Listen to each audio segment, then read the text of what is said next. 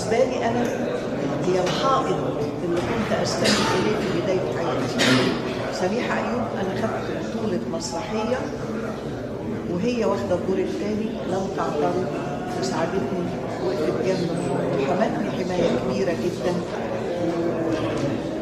يعني بقت تدافع عني مع الصحفيين، مع النقاد، مع زملائي البنات اللي كانوا رافضين وجودي في وسطهم.